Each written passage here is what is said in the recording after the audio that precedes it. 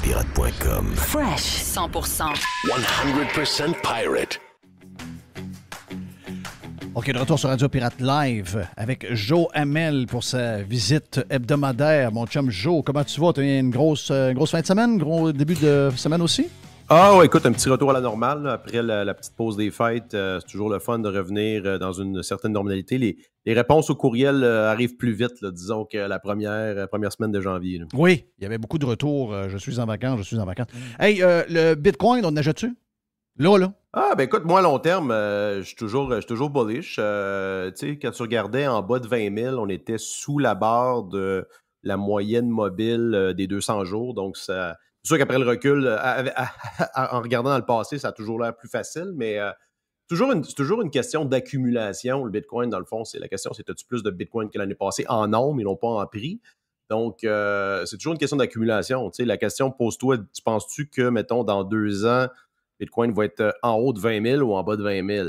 Et logiquement, je pense que selon ce qu'on a vu, le type de performance dans le passé, c'est pas garant de l'avenir, mais généralement, quand il y a eu des gros pullbacks de 60, 70, 80 ça s'est généralement replacé dans les années subséquentes. Puis l'année prochaine, en 2024, il va y avoir une diminution de la récompense aux mineurs, ce qu'on appelle le halving. Donc, Bitcoin devient de plus en plus rare. Et ça arrive aux 4 ans. Donc, historiquement, ce n'est pas une corrélation qui est parfaite, mais historiquement, ça a été un événement qui a profité là, au cours du Bitcoin. Fait que, moi, je pense que les investisseurs, un investisseur avisé devrait posséder au moins un Bitcoin. Là. Si vous avez moins de 50 ans, 40 ans, ben, vous allez pouvoir avoir une plus grosse allocation, mais moi, je pense que c'est un actif qu'on doit posséder. Est-ce que, j'en parlais avec Jerry tantôt, je pense qu'on t'en aura des ondes, Jerry, je ne sais plus, mais est-ce qu'il y a beaucoup de, comme dans n'importe quoi, là, il y a des gens qui vont faire un thumbs down, ah non, touche pas à ça, mais il y a beaucoup de gens très, je dirais, bullish, puis qui nous disent, gars, t'es à 21 000, mais moi, je le vois à 100 000 bientôt. Un autre gars, je le vois, moi, à 1 million. Ben, y a-tu trop de surenchères d'un côté, les haters et les lovers là-dedans? Ben, il faut faire la part des choses de deux côtés. Premièrement, les haters sont constamment dans l'erreur depuis, 10 ans. Malgré la volatilité, Bitcoin est un succès incroyable. Bitcoin, nonobstant la mauvaise presse, la technologie progresse énormément. Je faisais quelques tests récemment là, avec ce qu'on appelle Lightning, c'est-à-dire les micro-paiements sur Internet. Tu peux payer quelques cents en une microseconde à quelqu'un d'autre sur Internet, à peu près sans intermédiaire. Puis toi qui es un percepteur de paiement, Jeff, comme pour tes abonnements, tu sais que ça coûte cher recevoir des paiements. Donc ça je pense que c'est un cas d'utilisation qu'on n'a pas vraiment vu encore déployé à grande échelle. L'utilisation du Bitcoin comme paiement, ça, c'est en train d'être développé. Mais c'est vraiment actuellement ce qui nous intéresse, c'est la question, tu sais, c'est peu importe le prix de Bitcoin, c'est que la quantité, elle est vraiment non seulement limitée, mais l'émission des bitcoins est fixe dans le temps. C'est-à-dire qu'elle est entièrement prévisible, ce qui n'est pas le cas avec à peu près tous les autres instruments, à part l'or, là, qui est relativement prévisible également. Donc, c'est ça, je pense, c'est un point d'ancrage objectif dans une économie totalement subjective qui est otage, si tu veux, des petits comités de bureaucrates là, qui peuvent décider d'évaluer votre monnaie. Puis c'est ce qu'on a vu dans les 2 dernières années. Puis ça, c'est énorme ce qui s'est passé, que l'idée, puis d'ailleurs, ça me permet de pivoter sur le sujet de Poliev, l'idée que les déficits gouvernementaux, puis le fait d'imprimer de l'argent, ça a un effet direct sur l'inflation. Ça n'a jamais été aussi évident que dans les 2 dernières années. Vous n'avez pas besoin d'avoir un PhD en économie. Et les gars de Chicoutimi-Nord, les anciens animateurs de radio, puis ceux qui animaient le concours de panache au Banco Bar, ils le disaient également. Oui. Donc, c'est qui ça? Je ne sais pas, il doit se sentir visé.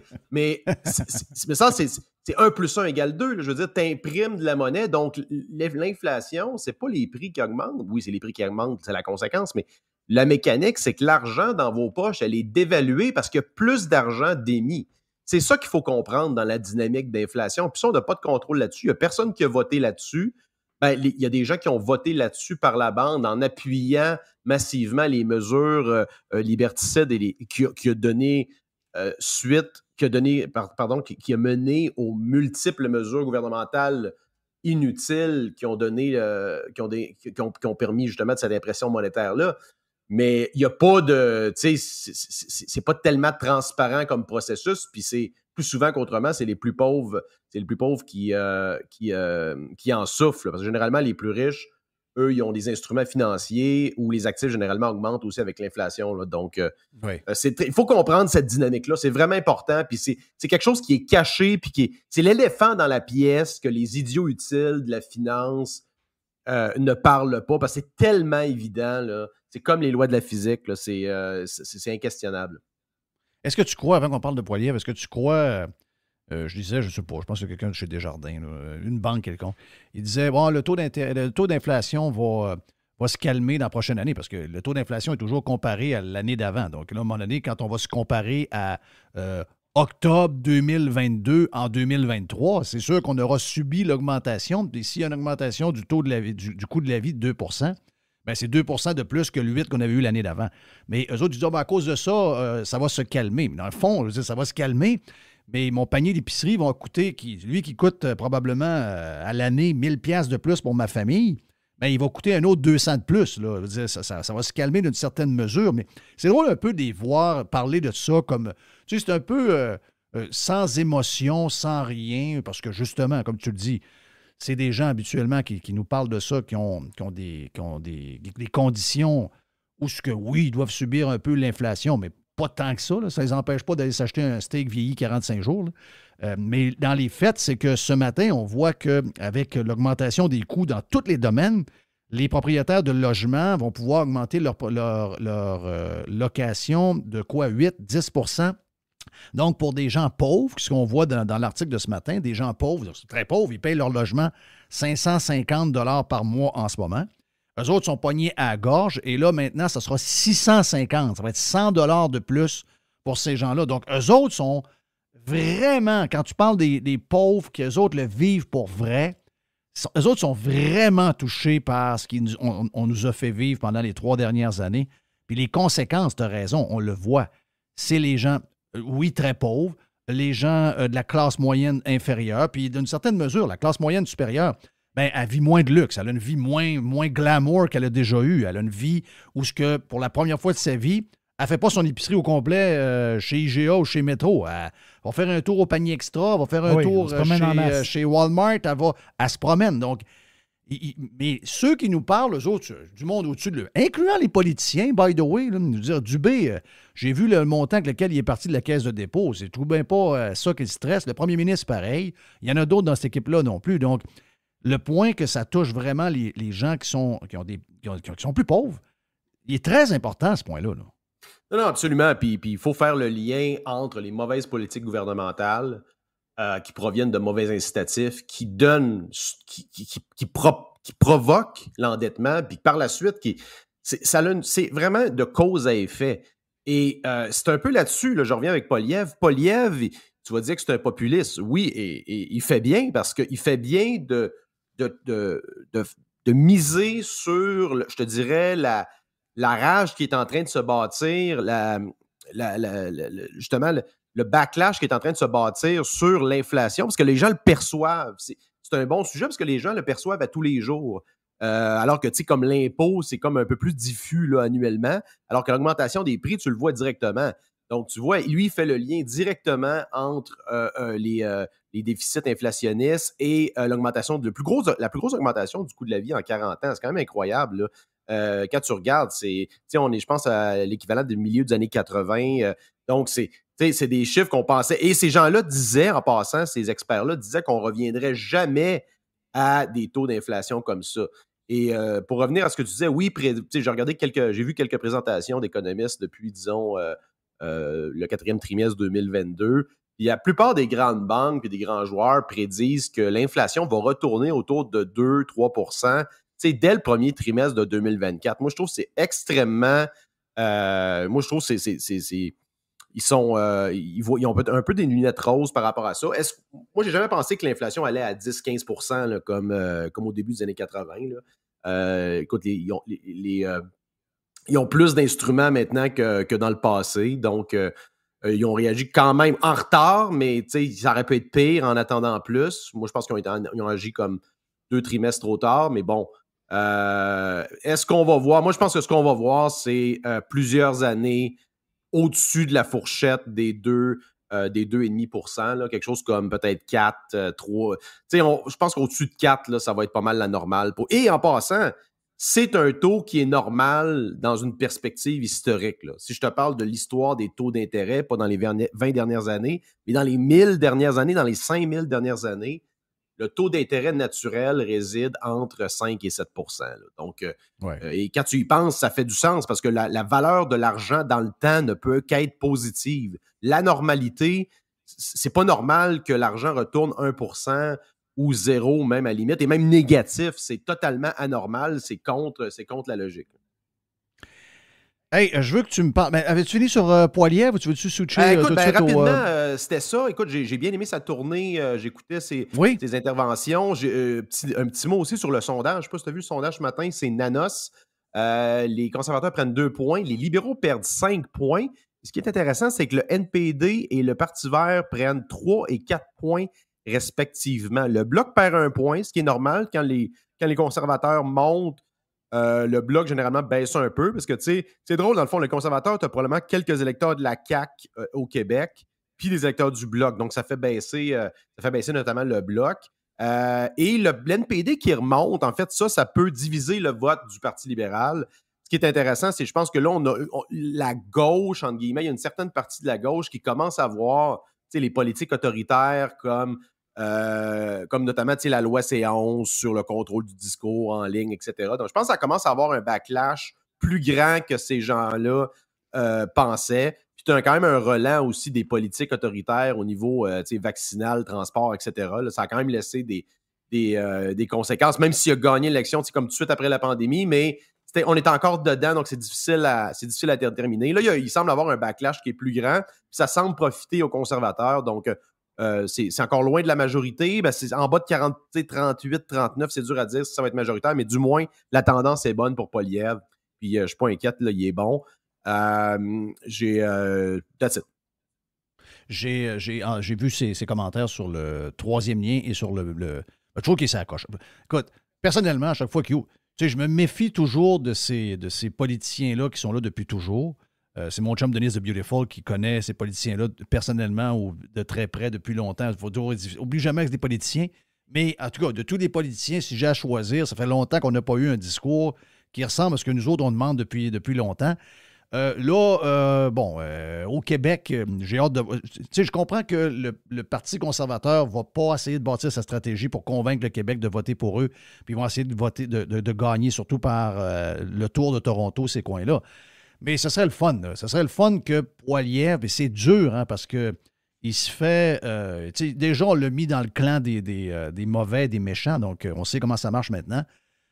C'est dur pour lui de venir puis d'essayer de se faire connaître, parce que les commentaires de LCN, les commentaires dans le journal, les commentaires de ci, les commentaires de ça, c'est ça qui est énervant. On ne laisse pas les gens se présenter. On ne les laisse pas nous le temps d'apprendre à les connaître, de voir le fond un peu. Moi, je sais, on suit un peu plus, puis on se dit, ben écoute, ça, c'est notre homme. Mais il y a beaucoup de monde qui devrait se reconnaître en Poilievre. Ça devrait être le politicien le plus populaire au Québec et de loin en ce moment. Ben, actuellement, oui, c'est sûr qu'il y a des gens, il y a une frange plus à gauche qui va le détester, peu importe ce qu'il fait. Il y a une bonne partie des médias et des chroniqueurs qui vont le détester, peu importe ce qu'il fait, et ça, il comprend. D'ailleurs, il n'embarque pas dans leur jeu. Rappelle-toi, il avait refusé d'aller au souper de la tribune parlementaire, l'espèce de clownerie là, à la fin de l'année, avec raison, parce qu'il avait dit quelque chose comme... le message était « Vous nous avez chié dessus pendant 2 ans. Pensez-vous vraiment que je vais aller dans votre espèce de petit party? » Ce que je déplore d'Éric Duhem actuellement, c'est justement de la participation à toutes ces espèces de clowneries, semble vouloir faire partie de la gang. Là, moi, je pense que ça, c'est la distinction avec Poilievre qui semble beaucoup plus maintenir la ligne sans nécessairement attaquer les médias. Il reste ferme, il leur répond, il les corrige quand c'est le temps, puis il n'embarque pas dans leur petit jeu de show business quétaine de show de variété. Là. Donc ça, je pense que c'est intéressant. D'ailleurs, le PCQ devrait être, d'ici la prochaine élection, mais même après, ça devrait être, disons, un club-école pour aider le PCC dans l'élection de députés au Québec. Il n'y a rien à faire de toute façon pour les 4 prochaines années en termes ils n'ont pas de siège. Le rôle du PCQ, ça devrait être de développer, de miser sur le développement du discours conservateur et lâcher les espèces de conneries du showbiz et tenter d'être dans l'actualité à tout prix. Là. Regarde. C'est-tu vrai l'histoire? Il y a comme l'histoire du taxi? Non, l'histoire que Poilievre a rencontré Mme Guilbeault. Guilbeault puis Éric Girard. Là. Puis Éric Girard. Écoute, j'ai rencontré pas mal de conservateurs cette semaine fédéraux, puis il y en a qui avaient certains doutes. Je sais pas si... Ça provient, je pense, de Chantal Hébert. Ça vient de Chantal Hébert, exactement. Mais il a dit que c'était pas vrai, là. Non, Éric Girard, je trouve ça, c'est bizarre. Le gars démissionnerait comme ministre provincial alors qu'il va probablement terminer son mandat. Je vois pas pourquoi il le ferait pas. Puis l'autre est vice-premier ministre. Guilbeault est un peu fourré actuellement parce qu'elle a été un peu sidelinée. Il la voit comme une potentielle future... en fait, c'est une potentielle rivale. On connaît aussi... la rivalité qu'elle avait avec les hashtags crise de péquistes à la CAQ. Ça avait brassé à plusieurs reprises. Donc, naturellement, plus fédéraliste, j'imagine. Dans les 4 prochaines années, c'est quoi le timeline? C'est quoi les opportunités pour Guilbeault? Je sais pas. Moi, personnellement, je serais très, très déçu si Poilievre, ça a été le visage quand même de la répression, là, Geneviève Guilbeault, dans les 2 dernières années. Elle a quand même fait une conférence de presse avec un genre de tank de la police en arrière en disant de rester chez nous. Là. Moi, si jamais ça arrive, c'est mon comté à moi, là. Moi, je peux pas voter pour ça, là. Je vais m'abstenir. Non, c'est ça. Moi, je pense que je pense assez conscient de ça. Ce que j'entends aussi, c'est que beaucoup de stratèges sont déçus du PCQ avec beaucoup d'affiliations avec des péquistes à l'interne, etc. Une espèce de discours un peu trop nationaliste par moment. Donc ça refroidit un peu le PCC qui est en mode observation là, sur le PCQ. Là. OK. En passant, juste vous donner une petite nouvelle de même, c'est CNBC ce matin qui a sorti la nouvelle, parce qu'on parlait de Poilievre, puis Poilievre fait une bonne job sur les réseaux sociaux, fait de bons vidéos, donc il sait comment bien manier les réseaux sociaux, puis ça, je pense que c'est vraiment, en tout cas, un gros plus pour lui, surtout qu'il n'y a pas aucun média qui va nous le dépeindre comme on devrait le dépeindre, donc d'être à l'aise, puis d'avoir une bonne stratégie de réseaux sociaux, c'est très important dans le cas de Poilievre. Mais on vient d'annoncer, en tout cas, c'est la rumeur selon CNBC. Dans les prochaines heures, Trump annoncerait qu'il est de retour sur Twitter et sur Facebook. Donc, je ne sais pas si le deal avec Truth Social, pas tant de choses, est comme terminé. C'est peut-être quelque chose qui ira nulle part, mais là, à un moment donné, il y a une campagne à faire, puis s'il veut être là, il faut qu'il soit entendu plus que sur un réseau social qui est probablement... où il y a le nombre de followers est peut-être, je ne sais pas, 0,5% du nombre qu'il y a sur Twitter. Donc, lui qui avait dit qu'il ne reviendrait pas, CNBC nous dit que Trump, je viens de lire ça là, Trump serait de retour sur Facebook et sur Twitter là. Je pense que ça peut être bon pour nous autres. Quand tu y penses, c'est irrésistible. Là. Le gars a comme 80 millions d'abonnés, je pense. Là. Fait que le reach que tu peux avoir est difficile à résister. On comprend. Moi, j'ai jamais cru là, en passant. Là, Truth, Parler, tous les autres, c'est voué à l'échec. Il faut vraiment... Oui. Avec l'orientation actuelle, je pense que Trump doit revenir sur Twitter. Je pense que l'avenir est sur ce média-là. C'est une place de débat comme nulle part ailleurs. D'ailleurs, là, j'ai dû me créer un nouveau compte parce que mon ancien compte suspendu pour X raisons et semble être tombé dans les limbes. Donc, tu comprends que c'est beaucoup de gens connus qui ont été réinstaurés, mais je pense que je ne suis pas encore assez connu pour avoir de l'impact. Donc, vous pouvez aller chercher mon nouveau compte. C'est JML_Redux, REDUX. C'est mon nouveau compte en attendant de recouvrir mon nouveau compte, mon ancien. Les gens vont dire, ouais, mais il est déjà sur Twitter. Oui, ils ont réinstauré son compte. Mais lui n'était pas encore intervenu une fois que le compte a été. Oui, c'est ça. Dans le fond, le compte a été restauré, qui était suspendu. Mais là, il n'a pas posté depuis ce temps-là. On voit ses derniers tweets, je pense, de janvier 2020, right? Yes, exact. Puis plus on les lit, d'ailleurs, je suis allé les relire de temps en temps, plus on se demande c'est quoi l'histoire qui est arrivée, on comprend pas trop. Là, mais, non, c'est ça. Là. Fait que c'est ça. Écoute, c'est un autre débat. Ça va être à suivre. Mais là, il y a une espèce de... les démocrates sont en train de se planter de plus en plus. Là, avec tu as suivi le délire des fours au gaz. Là, ça a sorti de nulle part, cette affaire-là. C'est incroyable. Personne ne s'attendait à ça. Finalement, ils ont tous des poêles au gaz. Nancy Pelosi, AOC, etc. C'est là que je te dis que moi, je suis assez enthousiaste pour le futur parce que ce genre de niaiserie-là, c'est de plus en plus radical puis ça arrive de plus en plus vite. Tu sais, quelle sorte de niaiserie vont nous sortir dans le prochain trimestre pour maintenir le momentum de ce discours paternaliste, néo-malthusien sur la décroissance? Moi, je pense que ça fait juste décrédibiliser leur discours. Fait que moi, je regarde ça avec mon popcorn, là. Puis j'ai lu quelques affaires. Il y en a qui disent « son sac, c'est rien que des riches qui ont ça. Il y a 3 de poêle au gaz au Québec. » Moi, c'est parce que je ne comprenais pas. Aux États, c'est plus que ça. Premièrement, c'est sorti des États. J'en ai parlé la semaine passée quand c'est arrivé. Et c'est sûr que ça s'est répandu au Québec. Mais c'est pas comme ça qu'il faut le voir. « Ah, ça me touche pas. C'est pas grave. » Non, c'est parce que toi, t'aimes le skidoo. Puis tu n'en veux pas de skidoo électrique. Toi, tu aimes le skidoo que tu as, puis tu en veux un autre pareil dans 2 ans, mais avec la version de 2024. Le prochain, c'est toi, là. Après ça, c'est l'autre. Puis c'est parce que quand tu donnes la permission à une chose, à un moment donné, ça va être des choses que toi t'aimes. Donc, il faut s'en occuper même quand c'est pas des choses qu'on a. Ça, c'est le principe. Je pense que c'est ça qui est dangereux. Puis dans le cas des fours au gaz, ben, à peu près tous les restaurants ont des fours au gaz, puis il y a une raison derrière ça. C'est ça. Jerry, je pense, peut l'expliquer. Ça a une efficience, ça a une rapidité c'est qui est extraordinaire. difficile à égaler. Donc, là, tu parles de la physique. Là. Il y a une réaction thermodynamique qui est difficile à... Tu peux pas lutter contre ces lois-là. Là. Donc, quand même que tu veux avoir des fours électriques qui sont alimentés par l'énergie solaire, ça n'arrivera pas là, pour faire ton pad thai en 1 minute et demie là, au taille zone.